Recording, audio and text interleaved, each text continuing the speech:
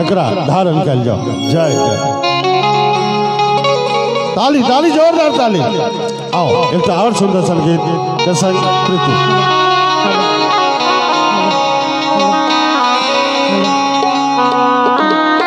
चंचल साहु कारीगर, चंचल साहु कारीगर बाकी मोबाइल पंच। एक सेकंड ई चंचल साहु ठीके मोन एकर चंचल छे।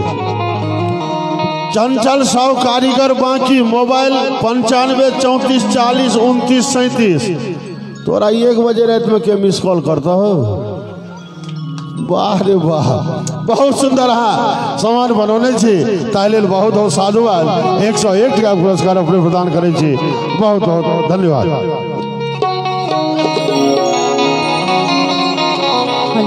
हेलो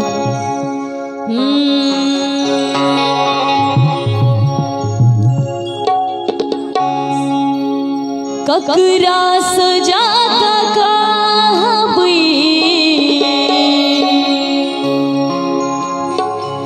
दिल की बात के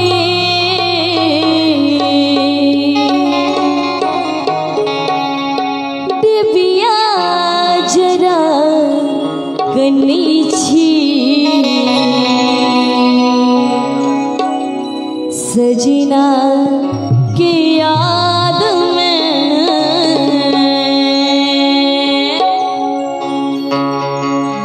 ककरा सजा